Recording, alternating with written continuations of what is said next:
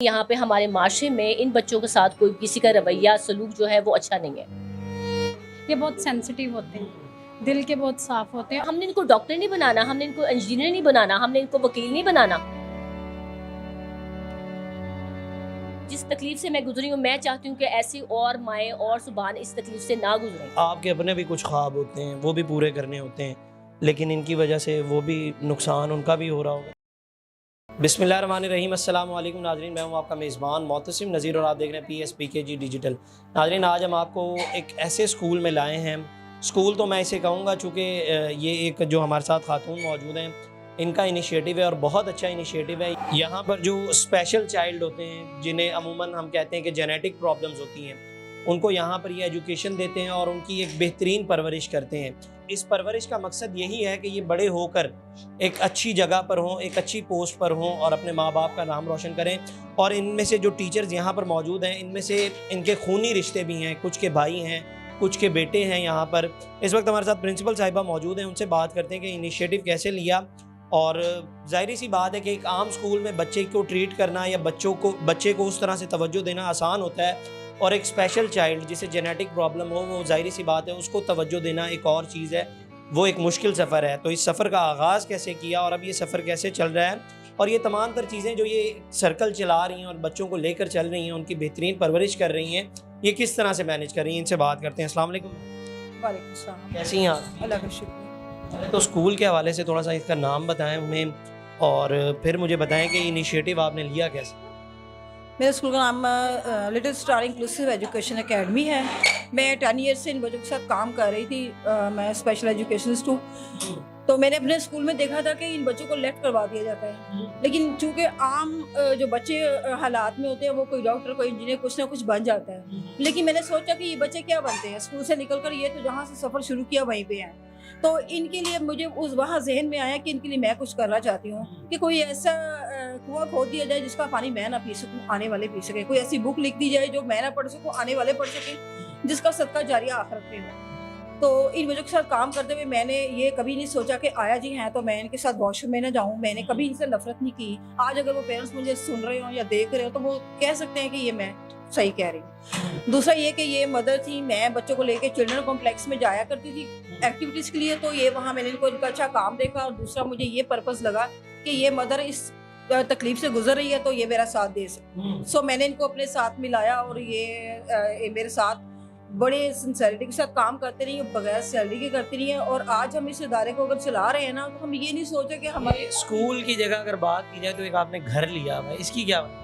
इसकी ये वजह है कि मेरे पास कोई स्पेस नहीं है, इसलिए मुझे यहाँ रेंट आउट करना पड़ा और मैं ये सारे एक्सपेंस खुद कर रही हूँ। और बच्चे स्लम एरिया के हैं, कोई इतनी फ़ी पे नहीं करते। मैं कभी अपने बेटे से मांग रही होती हूँ, कभी अपने हस्बैंड से मांग रही होती हूँ, रेंट देना होता है। मैं चाह रही हूँ ये बच्चे जो लेफ्ट होते हैं स्कूल से, इनके लिए कोई वोकेशनल सेंटर बनाया जाए, जिसमें अगर देखें ये बच्चा डॉक्टर नहीं बन सकता, लेकिन कोई ऐसी स्किल एक तो कर सकता है कि जिसमें ये फोटोकॉपी करना सीख जाए या एक ओवरलॉक करना सीख जाए, कोई एक मशीनरी तो चला ही सकेगा। सो इसलिए कोई अगर दिल रखने वाले, तो दिल में खुदा का खौफ रखने वाले अगर सुन रहे हो, तो वो कम से कम ये जरूर देखें, एक बच्चे के लिए एक मशीन तो लेके दे ही सकते हैं। मेरी आवाज़ अगर सुन रहे हो तो इन बच्चों के लिए कुछ ऐसा कर दें कि मैं इनका सेंटर चला सकूँ और बड़े इजीली इनकी ज़िंदगी को भी आसान बना सकूँ। मेरा पर्पज़ यही है।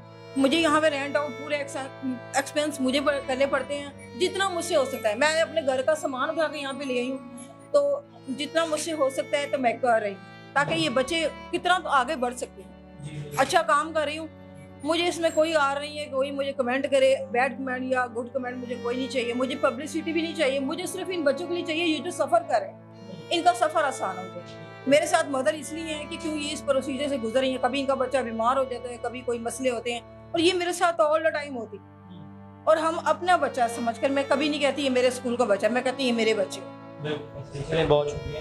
ये नाज़रीन, नीचे नंबर चल रहा होगा, अगर किसी ने भी इन बच्चों की मदद करनी हो। और मेरी भी आपसे गुजारिश है कि हमारे माशरे में ऐसी बहुत कम चीज़ें हैं या ऐसे बहुत कम लोग हैं जो ऐसे सोचते हैं, जो ऐसा नज़रिया रखते हैं, जो ऐसे बच्चों की परवरिश कर रहे हैं। ज़ाहिर सी बात है, ये तो माँ हैं, ये बेहतर जान सकती हैं, और वो टीचर बेहतर जान सकती हैं।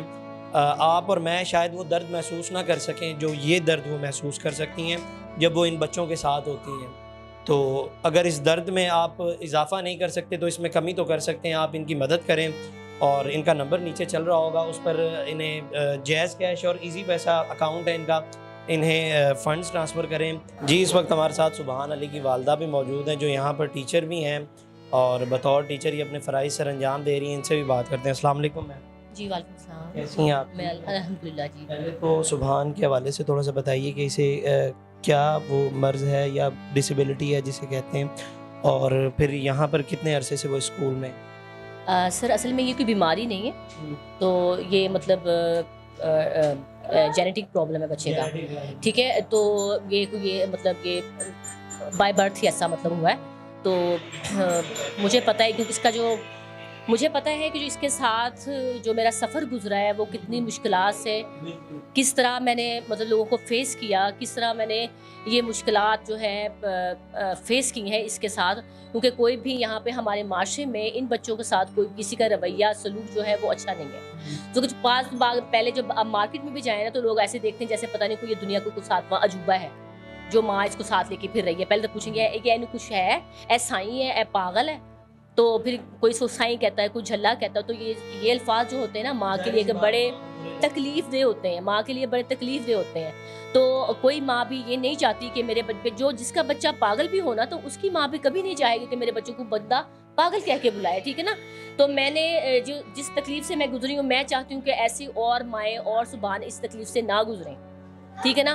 तो मैंने जो इनिशिएटिव जो लिया है वो इस बिना पे लिया है कि हम अक्सर स्कूलों में ऐसा होता है कि जो बच्चे टीन एज में जब जाते हैं। आपने सुभान को किसी और स्कूल में पहले दाखिल करवाया था? जी, मैं उस स्कूल का नाम नहीं लेना चाहूँगी, लेकिन उस स्कूल में ये हुआ कि जैसे ये मतलब टीन एज में बच्चे जाते हैं तो उन बच्चों को ना ये फायर कर देते हैं, क्योंकि इनके लिए कोई ऐसा प्लेटफॉर्म नहीं होता।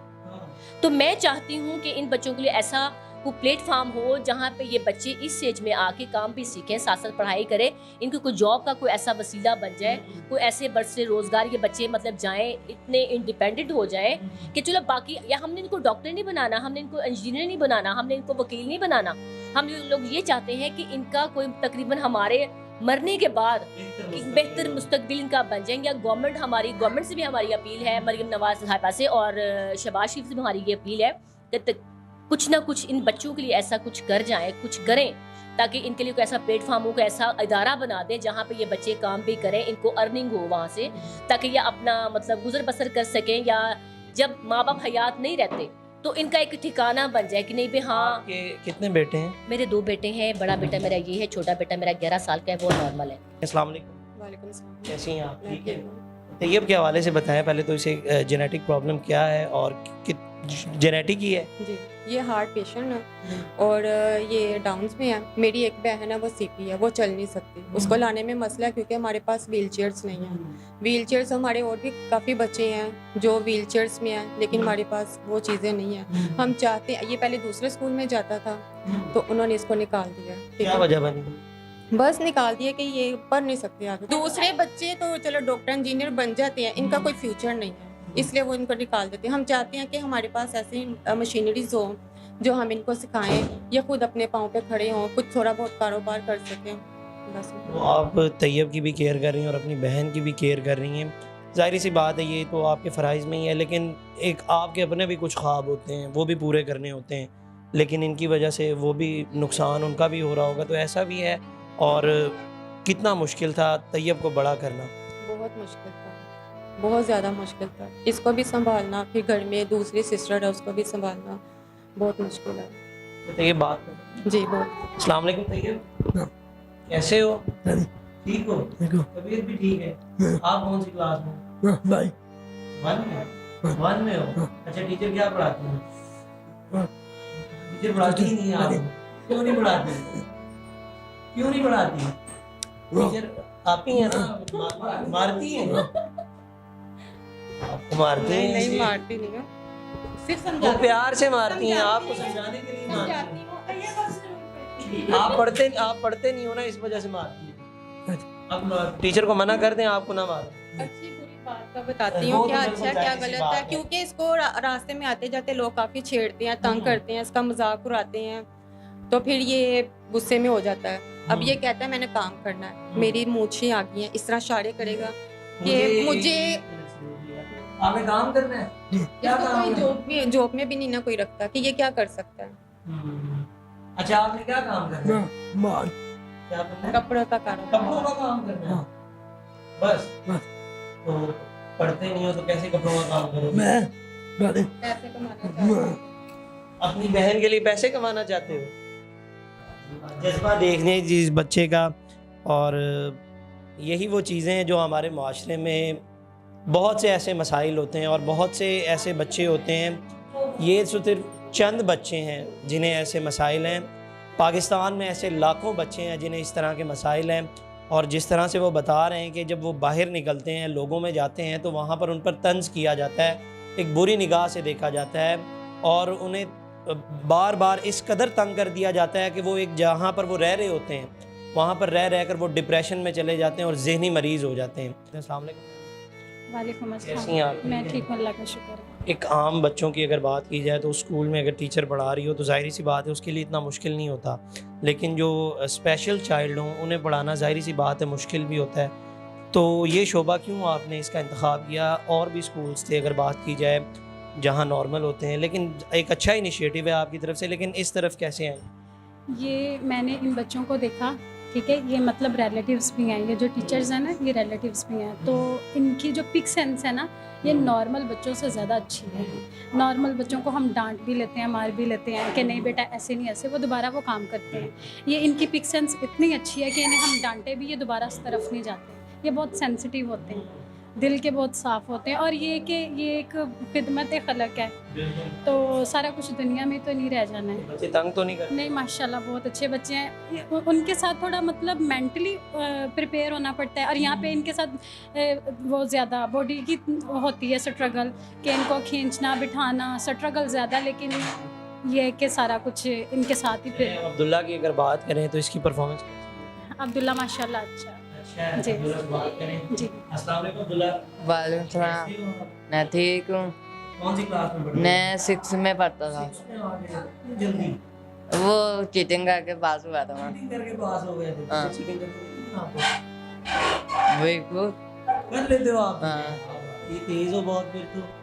अच्छा, कोई चीज हमें सुनाओ, कोई पोएम, कोई ऐसी चीज। वो नहीं पढ़ा नहीं हुआ मैंने, नहीं पढ़ा? भूल गया भाई। बस आप वो सुना देना, टेबल सुना टेबल सुना दे, 2 का टेबल सुना दे। चलिए वो नहीं याद है। आप 6 क्लास में हो। 5 का टेबल आती है आपको। चले मैं बताता हूँ। 2 1 जा 2, 2 1 जा 2, 2 2 जा 4, 2 3 जा 6, 4 जा 8, 8, 2 5 जा 10 2 6 जा हैं 2 6, 12 2 7, 14। शर्मा रहा है। चले इनकी पिक सेंस कुछ ऐसी कि अभी ये बैठे अगर कुछ भी बहुत अच्छे से मैनेज कर लेंगे, अगले दिन जब ये क्लास में आएंगे सब कुछ भूले होते हैं, दोबारा से फिर स्टार्ट करना पड़ता है। चले जी, ठीक है, बहुत शुक्रिया।